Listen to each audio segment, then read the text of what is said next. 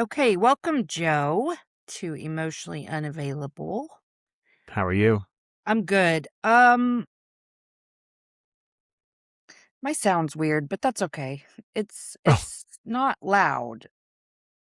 is it something on my end? I don't think so. It's always like this, and then Oh, okay. it'll fix itself in the studio, but it's still annoying. Okay. You have a very interesting profile. You really do. And I like slash don't like whenever I get so excited that I don't know where to start because that's how I felt about yours. I was like, "Oh shit, that's a lot. Wow." Like to be honest, the very first couple of sentences, I think I was like, "Huh, I wonder why I said yes to this." And then I was like, "Oh, here we go. Yeah, yeah, yeah, yeah, yeah." Because I mean, I was like, "Jazz? What?" And then I kept reading and I was like, "Oh my god." So, first of all, I can already tell I just am gonna fall in love with you. Feeling is Well, because mutual. here's the deal is I don't I have had trouble with super sincere men on my show. I've had trouble with men wanting to be vulnerable. I Hmm. have gotten very selective over the last 6 months. I don't know if you read any of my shit, but I lost a kid in December, I'm so and sorry. thank you, and it made me very intolerant of a lot Hmm. of things, and the number one thing that happened immediately was anybody not willing to answer my questions in a vulnerable way, like, it pissed me off so bad. So I actually Hmm. anyway, not to make myself sound like a horrible bitch, but that's just I had a couple in a row of men specifically that just it was too much for me, so then I just started saying no to everybody. But after I Mm. was reading all your stuff, I was like, oh, I'm so excited. Okay, so where I'm gonna start, I've warred with myself over and over, like, man, I already know we're probably not gonna get into some of the stuff I would love to. So I'm thinking, because I have a client after this, so I can't go over, but Yeah, it's I'm fine. thinking you just come back. Okay. So that's Sure. that's my thought. So whatever we don't cover today, and of course at the end, I'll stop myself and then I'll let you say where to find you and whatever. But I think we should have you back.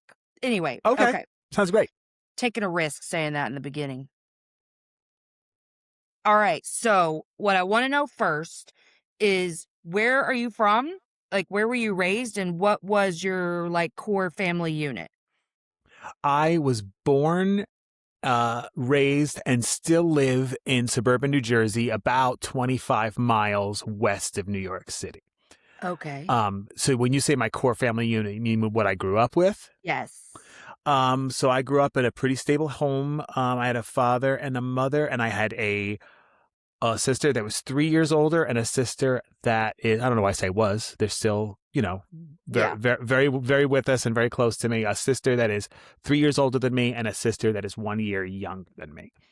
And we Oh. all live about 20 minutes, so we're within 20 minutes away from each other. So, yeah, Wow. Do you see each other often though? so they all work together. So they see each other almost every day, believe it or Oh, not.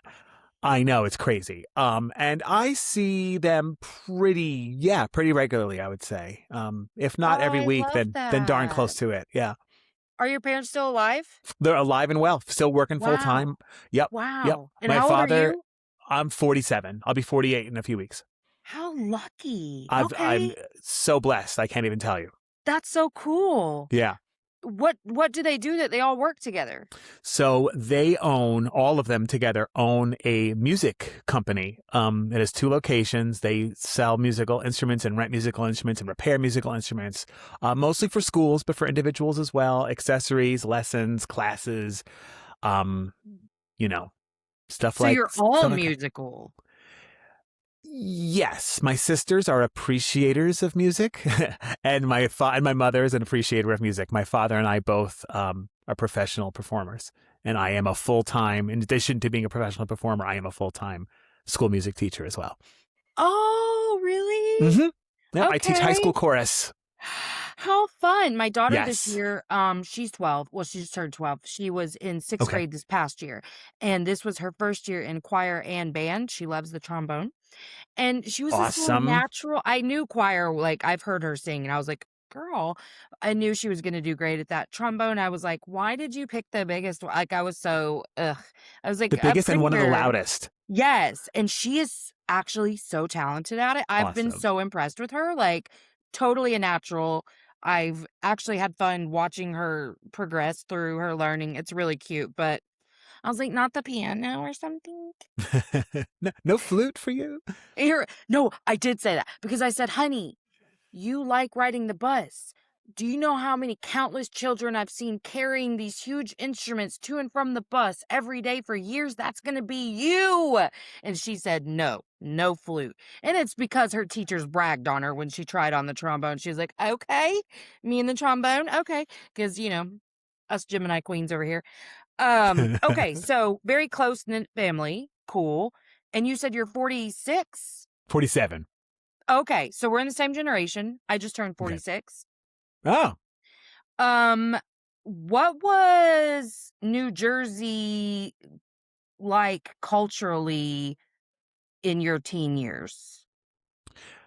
New Jersey in my teen years. So we're looking at the 90s. That was when I was, in middle and high school. And yeah, pretty cool. A very diverse population. In many ways, a very diverse population. There's like a real wide diversity of thought here, diversity of race and religion, ethnicity, all that stuff. There's a lot of people kind of think in a lot of different ways. It's a very educated state. A lot of people with like graduate degrees and stuff like that, and yeah, lots of arts. So, during the 90s, I believe, was when the New Jersey Performing Arts Center was built in Newark, New Jersey, a Oh, place that I'm still a donor and member and attend regularly. And we have, live music, less than we used to, but live music all over the place, and very robust school music programs. And so, that that's cool. very artistic, very culturally rich. We have great museums, especially in the city of Newark. We have the Newark Museum, and the Liberty Science Center in Jersey City, and the Statue of Liberty in Ellis Island and all that, obviously. Oh, So yeah, yeah. very rich culturally. Yes. The Yeah. time I went, I was gonna go visit Ellis Island. It was closed Oh because of no, a construction. hurricane had happened. I can't even remember. I don't even remember Oh, what year it was that I was trying. I think it was like 2011, 2012. I think it was after Sandy. I could be wrong. oh, I'm just thinking, but I really wanted to go to Ellis Island specifically with my son because he is really connected to his Greek heritage through his dad. Like they've done a really good job of teaching that and passing it down, like letting them know where you're from, whatever. And they have copies of the page that they signed on Ellis Island, but I wanted him to see it in writing because I can't find anyone from my family that came over through Ellis Island. So I'm like, well, okay, for you, for you. So I was really bummed about that. That's so cool that you've been like raised around so much rich culture. So it really didn't, you didn't have to struggle in identity wanting to go into the arts of no. some kind. Yeah. No, between where I grew up and my dad and everything, my uncle's also a professional musician, so no, that was not a struggle for me at all. That's cool. That's really cool. Okay, so you graduate high school, you are a teacher, so you've gone to college. What was your college years like? Funny you should ask that. So I went to NYU for a couple of years, wasn't crazy about it, transferred to New Jersey City University, didn't take it super seriously, and ended up stopping. We'll call it dropout. It was more like just sort of slowly stopped going. And it actually wasn't until after I met my wife, got married, and sort of, was I a dad too? No, but darn close to it, until I actually went back and finished my bachelor's degree in my early 30s at New Jersey City University. I got a bachelor's degree in jazz music performance. So it's the weird thing. I don't know if this is off the topic or not, but I think a lot about how the understanding in this country is that, if you're going to go to college, the time to do it is right after high school. A Right. gap year has become sort of common. It was not back then, but Uh-huh. but even that, it's just like a gap year, not like a gap decade, right? So Right. the understanding is that the people that not everyone's college bound, and I think that's awesome, by the way. But for those that are, the understanding is that within a year max of graduating high school, Mhm. you're in it.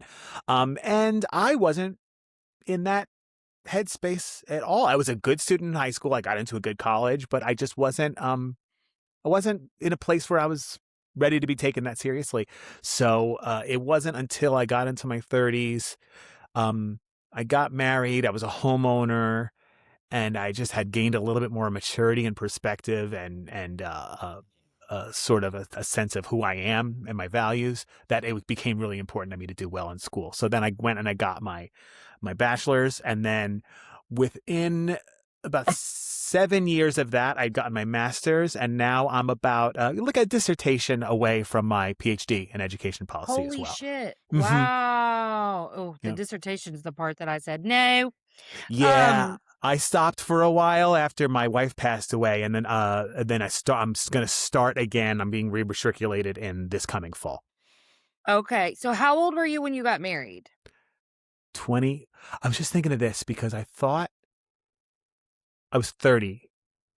I had just turned 30 like 4 days before it. Yeah. Okay. Yeah. Yeah, my experience was kind of similar with college, but I got married way too young. I got Mm, married at 20 and I had tried terrible student in high school, terrible, um, because I had a lot of childhood trauma. So I had trauma brain.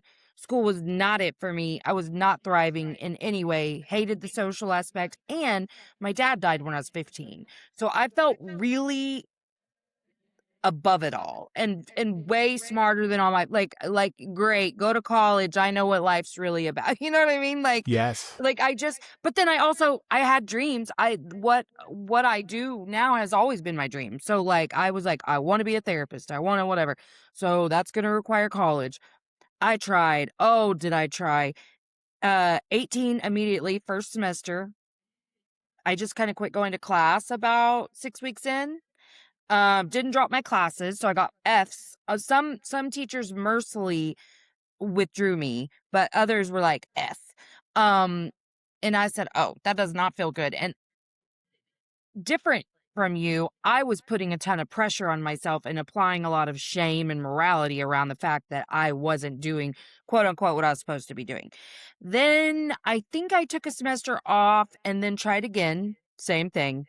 I think I maybe made it a couple weeks longer and then I took a while off and it wasn't it well, I took probably a year off, went back, had one really good semester, one okay semester, and then had to take off because my mom was dying and then I got pregnant and on purpose at 22 like all smart people do. And that's when I got really serious. Like, I was like, honestly, it had nothing to do with anything other than I was struggling in identity and being a college student and like being the one that the teachers really liked for the first time in my life and my younger peers looking to me as some sort of role model like all of those things really validated my existence outside of motherhood. So that's probably why I did so well at college during those years. But anyway, okay, so how long has your wife been gone? It's been about 2.5 years. Oh, And by not the way, very I'm really long. sorry about both your parents. That Oh, sucks. thank you. Yeah. Thank you. Especially at that young of an age. Well, I'm Yeah. sorry So it about was your about two and a wife. half years ago. Thank you. Thanks. Yeah, 2.5 years is not very long. No. So, okay, so now it's making sense to me why you are so passionate about the things that you're so passionate about. So the thing that really drew me to you was your passion around connection.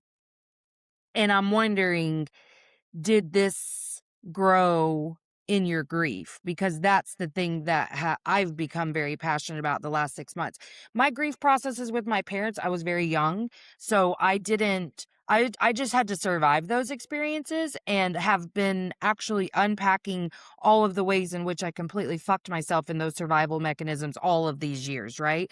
So I lost my dad and my son like 30 years apart. And it's all very similar and it's bizarre. So I've had to make a lot of reflections about how I dealt with it then versus how I deal with it now. And I think what I'm learning is humans really are so afraid of connection because we need it so desperately.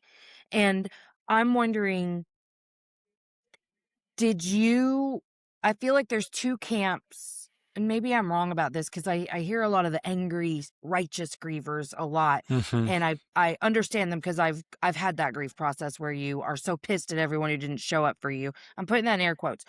This Yep. time, though, I kind of have learned, like, I have to give people grace, and I have to understand they don't know how to show up for me if I'm not telling them how.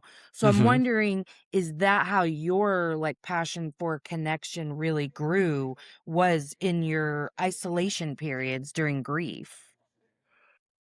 Uh, Largely, but I would say most of it grew beforehand after she had been diagnosed metastatic. Um, Okay. so I think she was diagnosed originally back in 2012. Okay, and you Um, guys had been married for how long at that point? like 4 years. Okay, and you have children? We have a daughter who was 1 at the time. She's Okay. 14 now.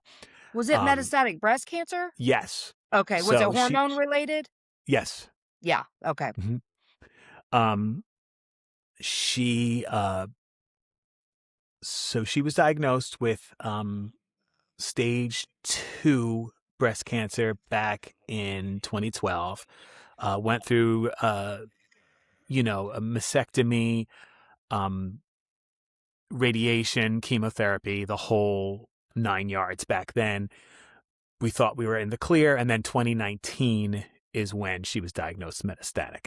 Right. And that was about the time, no coincidence, I'm sure, that I started thinking and writing a lot about um it was a combination of that, and then I probably not unrelated, I got into Buddhism about the same time. Okay, yes, yes, And yes. there was a related thread between my recognizing what was the inevitability of my wife's death, and Mhm. then sort of being sort of trained in the idea of I wouldn't say detachment because that's not correct, but non-attachment to the world and to like the inputs that entered into my consciousness, just sort of like non-attachment to them. Like, yeah, they're there. Yeah, I'm recognizing them. Yeah, they suck, but they are not who I am. Yes. Um, so, and then I was reading and learning a lot about the Buddhist principles of interdependence. Mhm. And so then, lo and behold, wouldn't you know, the COVID-19 happens, and then George Floyd happens, and I'm looking at what how our nation is responding to these crises, and Yes. some of the very unhealthy, unproductive, uh, sort of insular. A lot of people were thinking about these things in very insular ways, and I was it was troubling to me, especially when I was starting to recognize how interdependent we all really are, and the influence that we have on each other that extends in ways beyond we could ever understand, right? And here, everyone is getting like super tribal, and Oh, that's so true. I guess I was not even thinking in those terms, but you're so right. in my identification of how people deal No, with but that's a great interdependence or lack description. thereof. Mhm. But it's just an evolutionary thing. It's like human nature. We get, Yes. especially in times of crisis, we get super involved in ourselves, our most immediate family, our most immediate self-interest, and we stop thinking about how inextricably we're connected to everybody else. Right. And that's when I started thinking about that a lot, and that's when I started writing about that a lot. I started a blog back in 2019, or maybe it was 2020. It was probably 2020, but that's not important. What's important was I started vlogging about it then, and then the book became a sort of an outgrowth of that writing that I was doing back then. Wow. You know. And when your wife was diagnosed as metastatic in 2019, Mhm. was it pretty clear from the get-go that it was going to be terminal? Oh yeah. Yeah. Hmm. It had already spread pretty fast? Yeah. We didn't know how long. We would go online and read the statistics, but I was certainly optimistic that it would go far beyond the averages, and it ended up lasting just about exactly like the Pretty average. average. Pretty average. It was Yeah. just about 5 years after diagnosis that she passed. Mm. Yeah. Hmm. Were most of those 5 years pretty good, or was there a lot of, like, kinda shit at those last couple? A lot of shit. Yeah. Yeah. Yeah, yeah, yeah. A lot of shit. Yeah. Yeah. I've worked in hospice, I did for a long time, Uh so huh. some of that You're a it's saint. again, average, like, there's, like, typical disease processes. Every now and then you see a really good one and you're so surprised by it, but yeah, those last couple of years of a metastatic disease can just be brutal, so I can't even imagine how you were doing with that while raising such a young child. Hmm. It Did was so much challenging. of your, like, thinking around this, like, tribal attitude of people and you learning so much about interdependence, did some of that assuage whatever, like, fears were rising up in you from everything you were experiencing on a personal level and the societal trauma we were all kind of experiencing? 100%. Yes. Um, Absolutely. So the reason I started writing and thinking about this so much, and the reason I eventually, published this book about it, is exactly that. Is because that was all part of my process of thinking about the incongruence of, like you said, what I was seeing in society and what. So I'll give you in the preface of my book, I talk about this actually, that in the last weeks, honestly, of my wife's life, a former student of hers created a Gmail account and had a bunch of her students write emails to that account talking about. She was a music teacher as well. She was like my mentor, Oh, actually, not okay. officially, just sort of unofficially, my mentor. Yeah. And where they were sent her emails about kind of the impact that they had, the influence that she had on them, not only as musicians and actors and singers, but really just as human beings, spouses, parents, citizens, like the whole 9 yards. And it was pretty remarkable to see these come in. Um, like I said, there were some people saying like, "Oh, you did." I learned that I was actually a decent singer. You had confidence in me, and a lot of it had to do with that. But I would say at least as much, if not more, was about you know, uh, people finding their confidence, people finding their people, um, people realizing that they can accomplish hard things, people learning, about their core values and who they are and who they want to be, people learning about, watching the way Karen and I were raising our daughter, people learning about the type of parents that they wanted to be. Um, and I just, I was thinking about it's a stark relief the way we have this influence on people. And you don't think about it at the time. Everyone's so busy, right? And everyone's caught up in their own thing. And I get it. I'm not, judging anybody. I do it too. But we don't think about all these interactions that we have day in, day out, the effect, the influence that we're having on people, that karma that we're pushing out into the world. It's like it's rippling out in ways that we could never understand. And those emails really put that into relief for me. And Oh, I bet. sort of really, really like calcified in my mind. I shouldn't use calcified in a metastatic breast cancer conversation, but it really calcified in my mind, like, uh, why publishing at this point was important to me, why it meant a lot to me at this time. Those emails were sort of like the straw that broke the camel's back. I love that. So just to clarify, you're saying that really made you consider what your impact is Well, in what like, how you're everyone's is. impacting? Yeah, yeah, Yeah. yeah. You know what's weird? I've thought about that since I was, like, a kid, like, little kid, for some reason. Like, oftentimes now in my belief system that I have now, I really wonder if so much of the weird stuff that I was thinking at, like, 5, 6, 7, 8 was, like, this version of me who does so much like inner child work and is going back and like constantly revisiting an age that was pretty tenuous or whatever, and just constantly nurturing that version of me or like a future version, just my highest self in general. I always wonder, like, is this a butterfly effect type situation? Because I had the most bizarre thoughts. I was constantly thinking about essentially quantum physics as like a 6-year-old. Like, I really believe there's a version of me 2 minutes faster than this or some other reality. 6 years old. I don't know why I was sitting around randomly thinking about stuff like that. But impact was something that I thought about a lot. Now, also, I'm into astrology and I'm a Leo moon. So, I do in some ways feel like I was built for some stage somewhere. So that is part of it. I definitely like wanted to be seen as a thought leader even in elementary school. Wasn't in elementary school, but still. And yet here Um you r- are.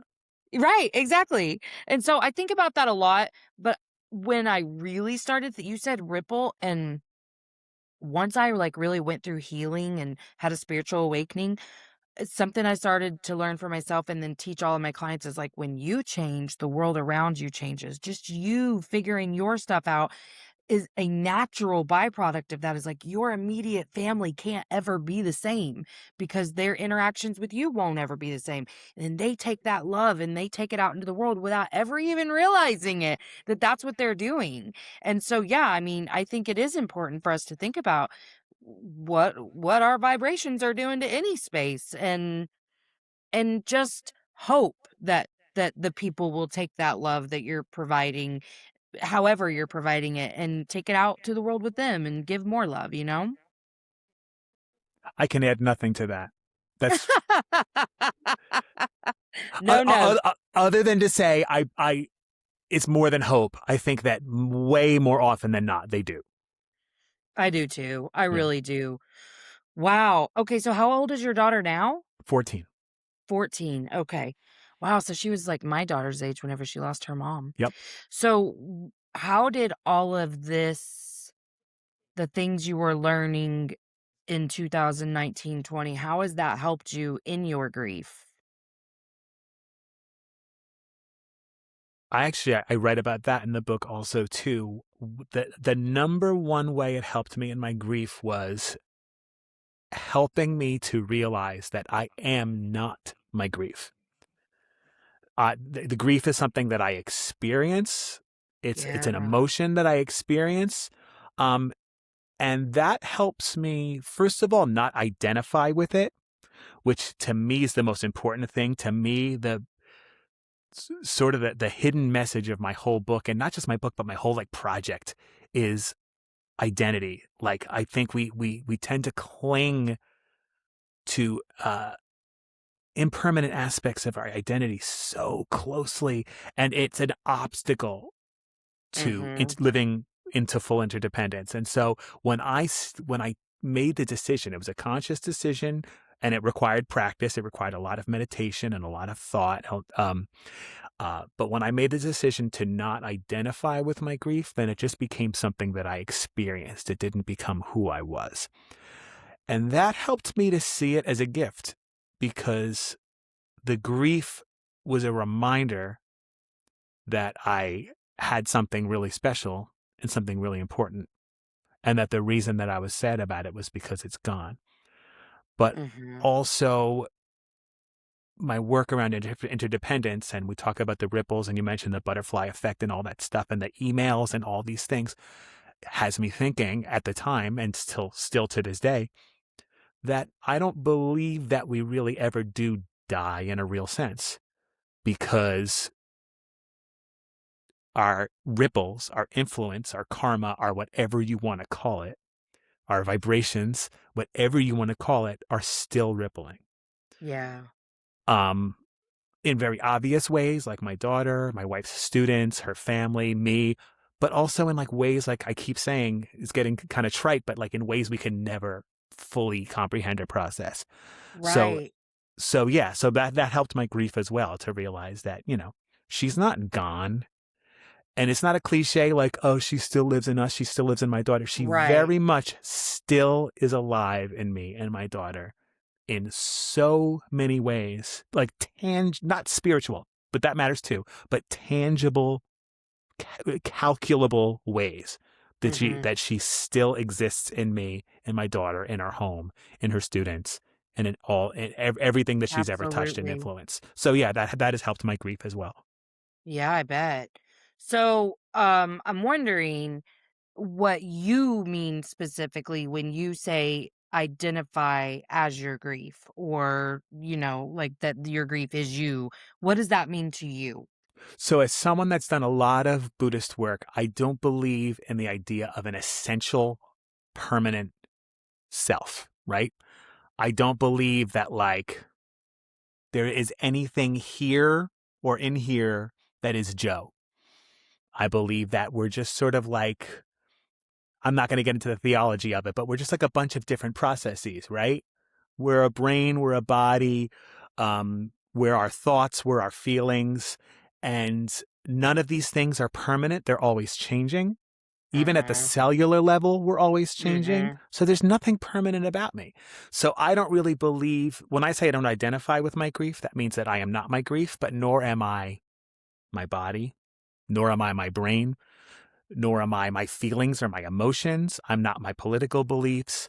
I'm not my values.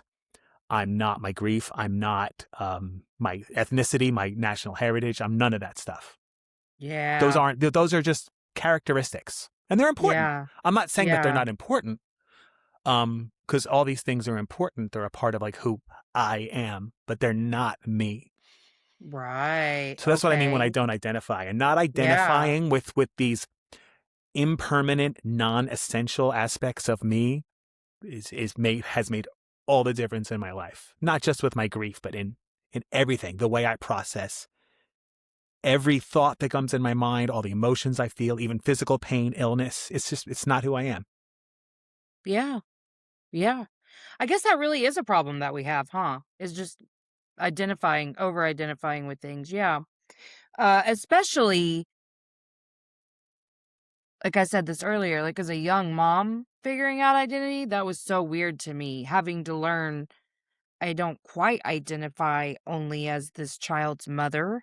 But what does that mean? Aren't I supposed to only identify as this child's mother? Like it was a really weird conundrum where I was in real time challenging all of the beliefs I was raised with without even recognizing it, like deconstructing so many of those beliefs, but covered in shame for it, Like that was the thing for me, was really being okay with whatever I believe to be my truth, and not feeling shame around it.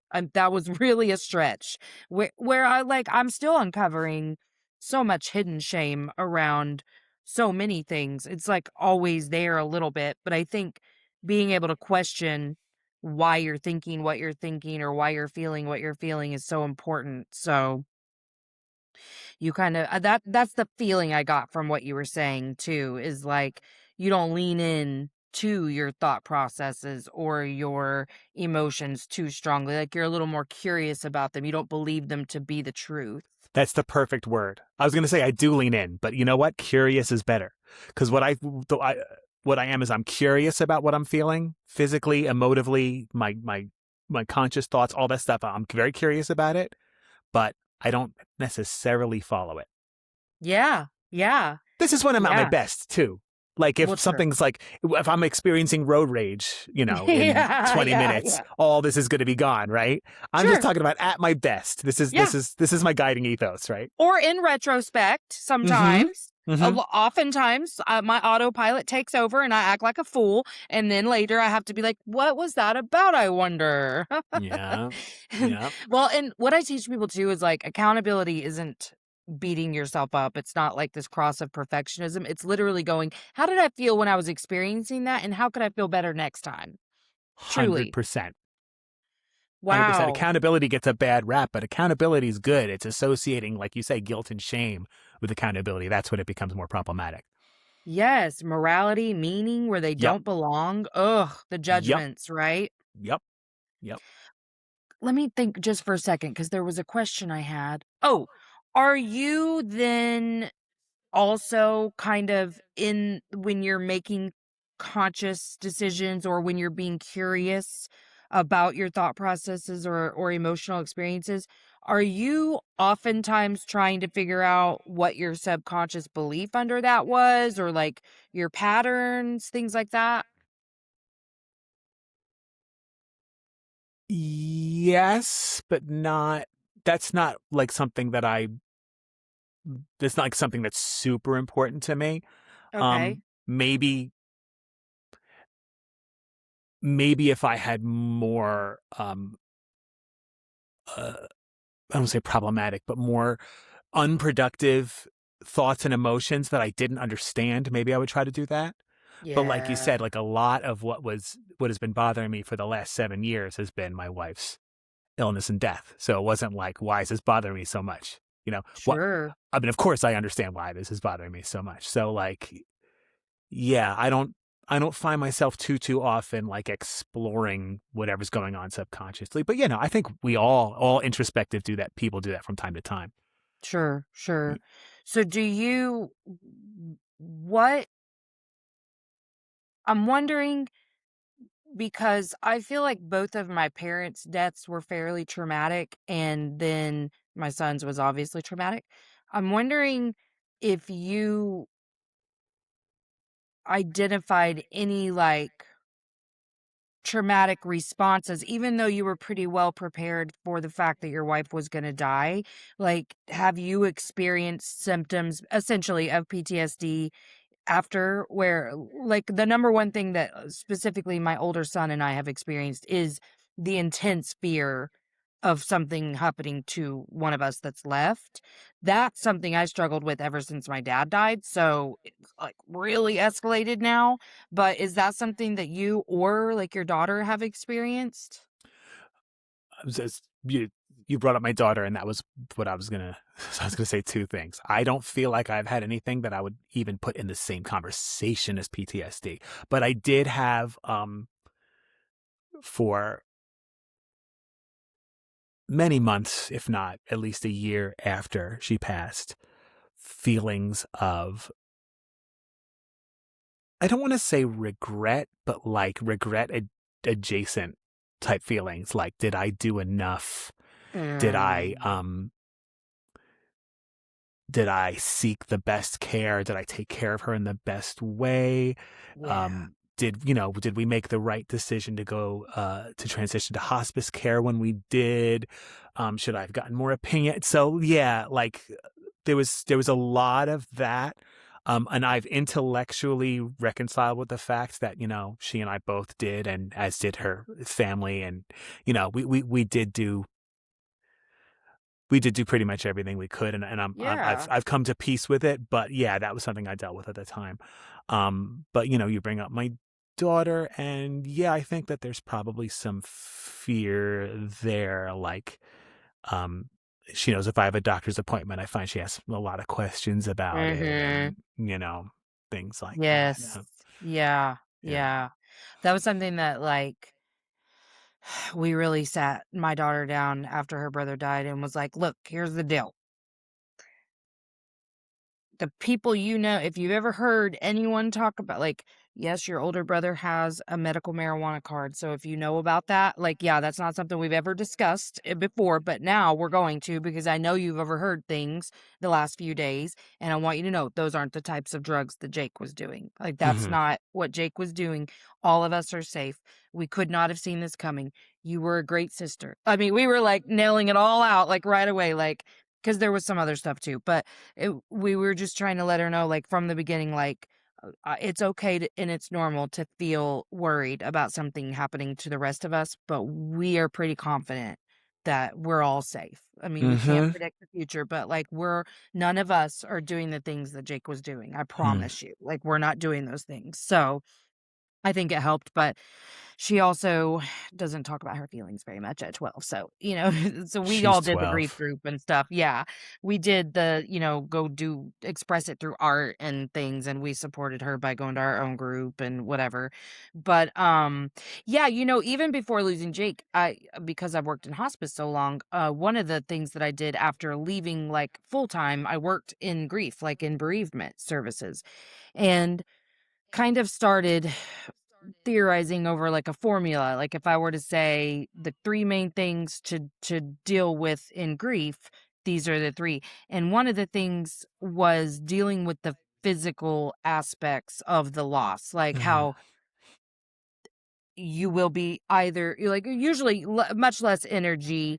Your appetite's going to change one way or the other. Your sleep's going to be different. Like everything about who you kind of were before is in physical form. Even there, like that's going to change, and to just roll with it, be like almost an observer of it. Like don't criticize it, don't judge it, just be with it. Is that something that was difficult for you, or were you able to just kinda roll with that? no, it was difficult for me. I gained a lot of weight, um, Okay. like a lot, and which was unfortunate because I had, you know, around the time my wife was diagnosed, I had lost about 80, 90 pounds. So, I was in really good shape. And then as she started to decline, and then after she passed, I didn't gain 90 back, but Oh, yeah. I know a how that goes. a good deal of it. So, yeah, and I think that was all part of I think like emotional and physical, because, there's, I think there are, in addition to like the emotional aspect of it, there are things like, you know, uh, stress hormones and inflammation and things like that that just make that Yes. exponentially worse than just Yes. straight up emotional eating. It's all compounded by Mhm. the physical processes as well. So yeah, that was a big part of it. I feel a lot better now. I've, lost most of the weight that I gained back, but I'm not quite back Yeah. to where I want to be. But I'm doing a lot better. Yeah, how long did Yeah. it take you after losing her to be anywhere near ready to address, like, eating differently? Because I know we're 6 Yeah. months in, and now I'm starting to care a little bit more about my Mhm. health and whatever again, but, I didn't at all, That so sounds about, I don't remember exactly, but that sounds about right.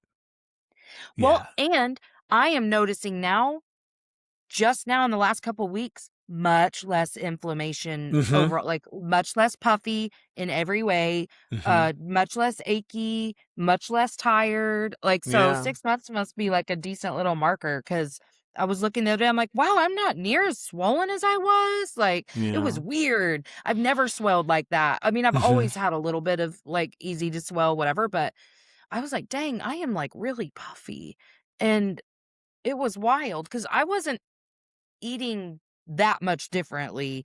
There were times when I would be like, "Sugar," but I've always been that way.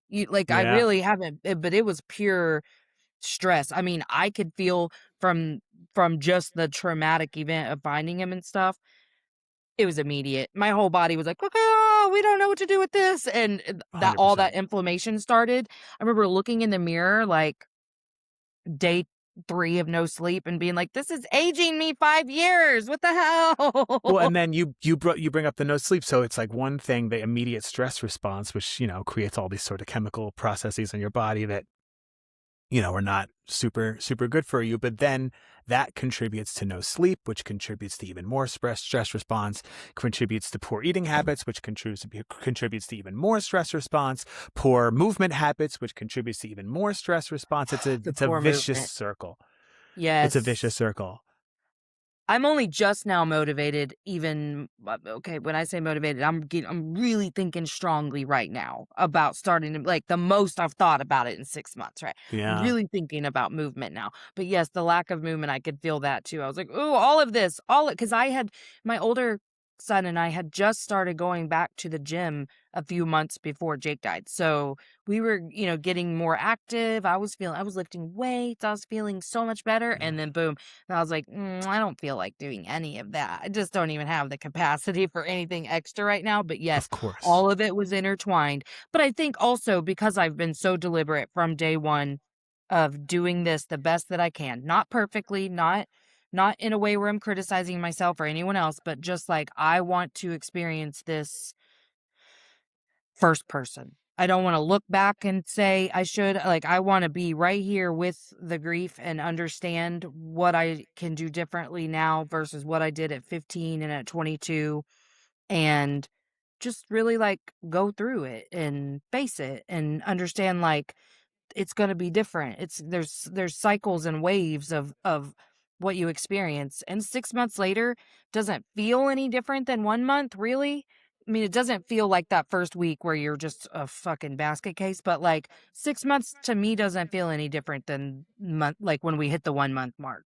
But physically, I feel so different, and I think it's because I have been intentional, but also your body just maybe it just takes 6 months to, like, be okay after something like that, I don't know. Hopefully, that's the first step on the path to a more complete recovery for you. I hope I am, like, for real, feeling joy at the thought of walk running and trying to get back in, like, 5K shape. That makes like, for no other reason than, like, I want to, where I used to be really hard on myself about it, you know? Okay, so tell us what you're doing now, aside from obviously you're a music teacher stuff, but, like, what is this space that you're in and where we can find you? Yeah, I am a full-time music teacher. That's what I do by day. I'm also a professional musician, so I do that by night and weekend. And then in terms of, this thinking that we're doing here today, I did just complete a book, my first book called An Endless Knot, which refers to the fact that we're all kind of like connected to each other. I love Um, that. and that was self-published. You can find information about that on Amazon or Goodreads and all that stuff, or you can go to my website, jelefante.com. And that's Elefante with an F, Elefante with an F.com.